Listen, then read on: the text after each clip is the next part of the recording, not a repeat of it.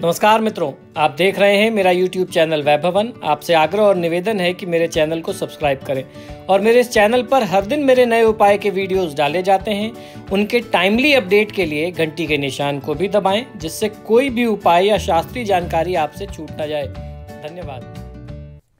नमस्कार, मैं हूं वैभवनाथ शर्मा और आप देख रहे हैं मेरा YouTube चैनल वैभवन। दोस्तों, आज हम लोग बात करेंगे 24 मार्च के पंचांग, राशिफल और महा उपाय के बारे में। तो सबसे पहले बात कर लेते हैं पंचांग की। विक्रम संवत 2077 मास चल रहा है फागुन का। तिथि शुक्ल पक्ष की दशमी की तिथि है, बुधवार का दिन है। नक्षत्र है पुष्य, योग है अतिगंड और करण है गर। ये तो बात रही आज के पंचांग की। अब चर्चा करते हैं राशिफल की। और आज का राशिफल बहुत ही विशेष रहने वाला है। मैं आपको बताऊंगा कि होली पर किस राशि वाले जातक को कौन सा उपाय करना चाहिए जिससे आपको आपके दुखों और कष्टों से मुक्ति मिल सके। अगर आपके घर के सदस्यों में हमेशा अनबन रहती है, आपस में तनाव, कलह क्लेश का वातावरण रहता है, या परिवार का कोई सदस्य बहुत पुराने समय से गंभीर रूप से बीमार है और तमाम उपायों के बावजूद, उपचारों के बावजूद उसको कोई आराम नहीं मिल रहा, या सारा पैसा बीमारी में जा रहा है, घर में पैसे में बरकत नहीं मिल रही है, आपके घर में शांति नहीं रहती, व्यापार या नौकरी में वृद्धि नहीं हो, ऐसी स्थिति में होली के पावन पर्व पर बिना पूजा पाठ और तंत्र मंत्र के कोई भी उपाय किए किसी भी गृह छोटे तरीके से आप अपने ग्रहों की शांति कर सकते हैं, अपने घर के दोषों की शांति कर सकते हैं। यानी गृह दोष और ग्रह दोष दोनों से मुक्ति पा सकते हैं बिना किसी बड़े अनुष्ठान, बिना किसी बड़े तंत्र मंत्र को करके। अगर इस होली आप अपनी राशि के अनुसार कुछ छोटे छोटे प्रयोग करेंगे तो निश्चित ही आपके घर में सुख, शांति और समृद्धि आएगी। तो हम लोग जान लेते हैं कि किस राशि वाले को कौन सा उपाय करना चाहिए। और ये जो भी उपाय मैं आपको बता रहा हूं, ये सारे उपाय आपको होलिका दहन की तिथि से आरंभ करना चाहिए और आगे आने वाले दिन जैसा आपको ठीक लगे। वैसे नियम तो ये होता है कि आगे आने वाले दिन कम से कम 45 दिन आपको ये उपाय करना है। अगर आपको लगता है कि आप 45 दिन नहीं कर पाएंगे तो कम से कम 21 दिन तो ज़रूर कर लेना चाहिए। सबसे पहले बात कर लेते हैं मेष राशि की। मेष राशि वाले जातक लोगों को अपनी राशि अनुसार घर में लाल गाय का गौमूत्र ला करके उसकी छींटे लगानी चाहिए और शाम को गूगल की धूप देनी चाहिए। ये काम आपको होलिका दहन के दिन से शुरू करना और अगले 45 दिन नियम से करना चाहिए। इसी तरीके से वृषभ राशि वाले जातक लोगों को, आपकी राशि के स्वामी शुक्र हैं, इसलिए आपको लक्ष्मी जी के मंदिर में गाय के घी का दान देना बहुत अच्छा उपाय हो सकता है। ये आपको एक ही बार करना है। मिथुन राशि वाले जातक लोगों को, अगर आप बुध से संबंधित हरी वस्तुओं का दान देते हैं तो आपके घर में निश्चित ही शांति रहेगी। आप किन्नरों को हरे वस्त्र के साथ साथ हरी चूड़ियां और कुछ दक्षिणा दान अवश्य करें। ये आप होलिका दहन वाले दिन करेंगे और आगे आने वाले 8 बुधवार नियम से आप करते हैं तो आपको फायदा अवश्य मिलता है। इसी तरीके से कर्क राशि वाले जातक लोगों को आपके ऊपर चंद्रमा का विशेष प्रभाव है और चंद्रमा के शुभ प्रभाव के लिए आप 10 वर्ष से कम उम्र की कन्याओं को भोजन कराएं और उनको दक्षिणा दें। और ये उपाय आपको कम से कम 15 दिन में एक बार जरूर कर लेना चाहिए। ऐसा आप अगर 8 बार करते हैं तो आपको फायदा अवश्य मिलता है।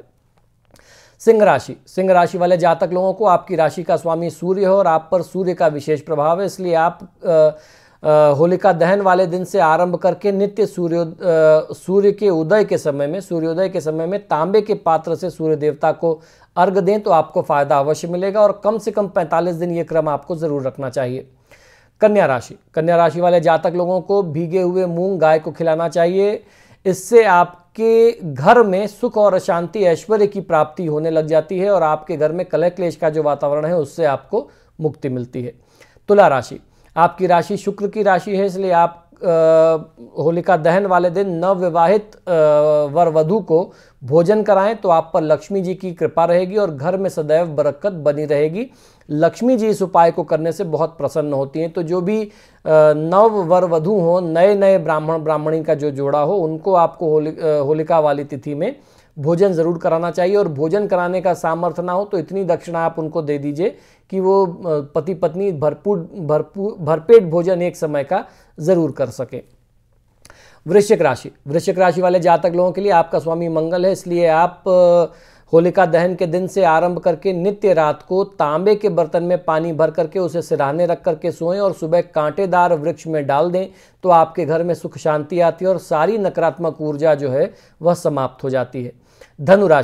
धनु राशि वाले जातक लोगों को गुरु का उपाय करना चाहिए, यानी होलिका दहन वाले दिन से आरंभ करके 21 दिन तक पीली गाय को आपको चारा खिलाना है और हर गुरुवार किसी ब्राह्मण को भोजन करा करके कुछ दक्षिणा दे करके उनका आशीर्वाद आपको जरूर लेना चाहिए। मकर राशि वाले जातक लोगों को घर में शांति बनाए रखने के लिए किसी जरूरतमंद व्यक्ति को काले कंबल का दान आपको होलिका के दिन करना चाहिए, एक बार ये उपाय करना होता है। इसी तरीके से कुंभ राशि वाले जातक लोगों को आपकी राशि पर शनिदेव का विशेष प्रभाव होता है, इसलिए आप चींटियों को आटा और चीनी मिला करके वो चूरा जो है किसी खुले स्थान पर कहीं भी आप डाल दीजिए, चींटियां अपने आप आ जाएंगी। कहीं पेड़ पौधे जहां हो वहां क्यारी में आप डाल दीजिए और ये उपाय लगातार आप आजीवन करेंगे, हमेशा दुखों से आप बचे रहेंगे। मीन राशि वाले जातक लोगों को आपको होलिका दहन के दिन से शुरू करके रोज मछलियों को आटे की गोलियां खिलानी चाहिए या मछलियों को चारा देना चाहिए, दाना डालना चाहिए। ये उपाय आप आजीवन करते रहेंगे तो आप दुख और कष्ट से सदैव सुरक्षित रहेंगे। तो दोस्तों ये तो उपाय रहा, हम लोगों ने जाना कि राशि अनुसार आपको अपने कष्ट से मुक्ति के लिए होली के अवसर पर क्या उपाय करना चाहिए। अब हम लोग जान लेते हैं कि होली की रात किस तरीके से आप काली हल्दी के टोटके कर सकते हैं और काली हल्दी को अभिमंत्रित करके अपने घर किस तरीके से लाना चाहिए, उसका क्या निमंत्रण करने का तरीका होता है, उसका विधि विधान क्या होता है, आइए समझ लेते हैं। होली का दिन तांत्रिक क्रियाओं के लिए बहुत ही लाभकारी दिन होता है। इस दिन अभिमंत्रित और आमंत्रित करके जड़ी बूटी घर लाई जाती है। कई प्रकार के मंत्रों की सिद्धियां भी की जाती हैं। होली के लिए आज मैं आपको विशेष रूप से बताने जा रहा हूं काली हल्दी के कुछ चमत्कारी टोटके। काली हल्दी दिखने में अंदर से हल्के काले रंग की होती है और उसका पौधा केली के समान का होता है। काली हल्दी में बहुत ही गुणकारी प्रभाव होता है, इसमें वशीकरण की अद्भुत क्षमता होती है। काली हल्दी को बहुत सारे लोग पूछते हैं कि लाने के लिए क्या करना चाहिए। लोग दुकान से खरीद के लाते हैं या उसके पेड़ की जड़, जो काली हल्दी एक पेड़ की जड़ होती है, उसको उखाड़ करके जड़ लेकर के चले आते हैं। आप ऐसे ही लेकर के आएंगे तो वो काम नहीं करेगा। किस तरीके से लाना है उसको समझ लीजिए। काली हल्दी के पौधे को कुमकुम पीले चावल से आमंत्रित करके होली वाले दिन अपने घर लाया जाता है। एक थाली में कुमकुम, चावल, अगरबत्ती और एक कलश में शुद्ध जल रख करके पवित्र कोरे वस्त्र पहन करके आपको जाना चाहिए। फिर पौधे को शुद्ध जल से धो करके कुमकुम चढ़ाएं, पीले चावल चढ़ा करके 5 अगरबत्ती लगा करके प्रार्थना करके आपको आग्रह करके कहना है कि मैं आपके पास अपनी मनोकामना पूर्ति हेतु आया हूँ, या अगर महिला है तो कहेगी मैं आई हूँ।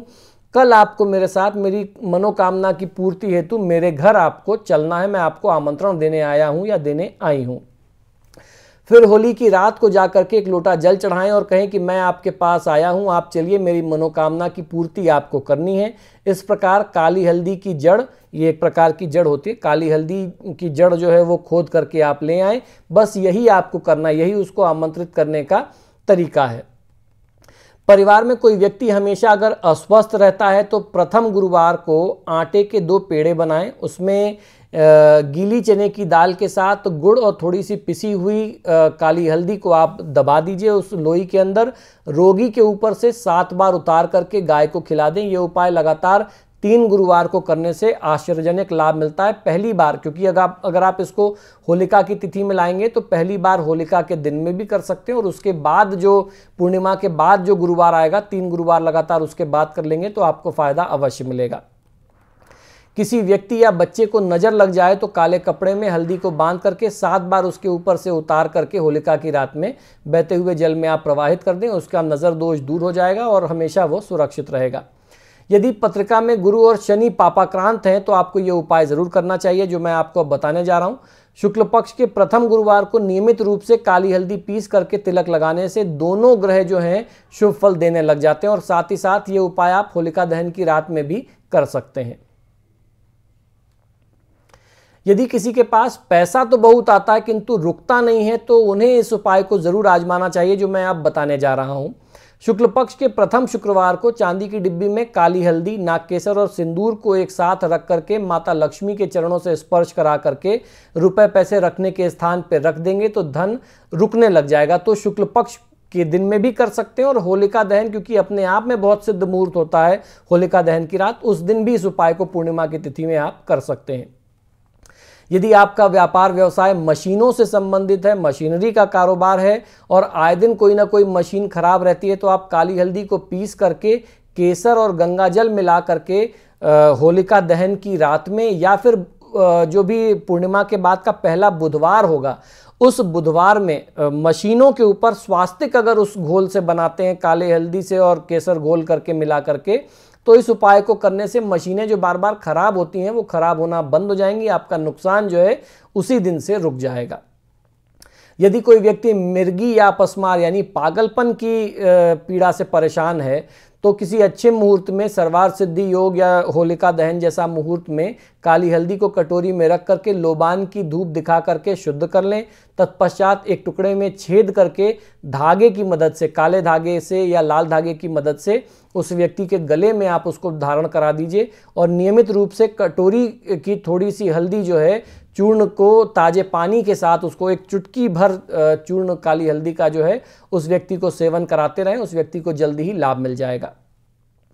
काली हल्दी के 108 दाने बनाएं, ये दूसरा उपाय है। उन्हें धागे में पिरो करके धूप, गुगुल और लोबान से धूनी देने के बाद उसको धारण कर लें। जो भी व्यक्ति इस माला को पहनता है वह ग्रहों के दुष्प्रभाव और नज़र आदि के टोने टोटके से सदैव सुरक्षित रहता है। ये उपाय किसी भी सिद्ध मुहूर्त में किया जा सकता है।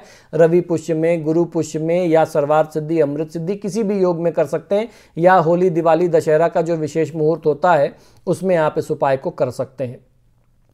गुरु पुष्य नक्षत्र में काली हल्दी को सिंदूर में रख करके धूप दीप दिखा करके लाल कपड़े में लपेट करके 1-2 सिक्कों के साथ उसे अपने धन रखने के स्थान में रखें। इसके प्रभाव से धन वृद्धि होने लग जाती है। ये उपाय आप गुरु पुष्य में भी कर सकते हैं और इसके साथ साथ होलिका दहन में तो आप कर ही सकते हैं। काली हल्दी का चूर्ण दूध में डाल करके चेहरे और शरीर पर लेप करने से त्वचा में निखार आता है। ये उपाय कभी भी किया जा सकता है।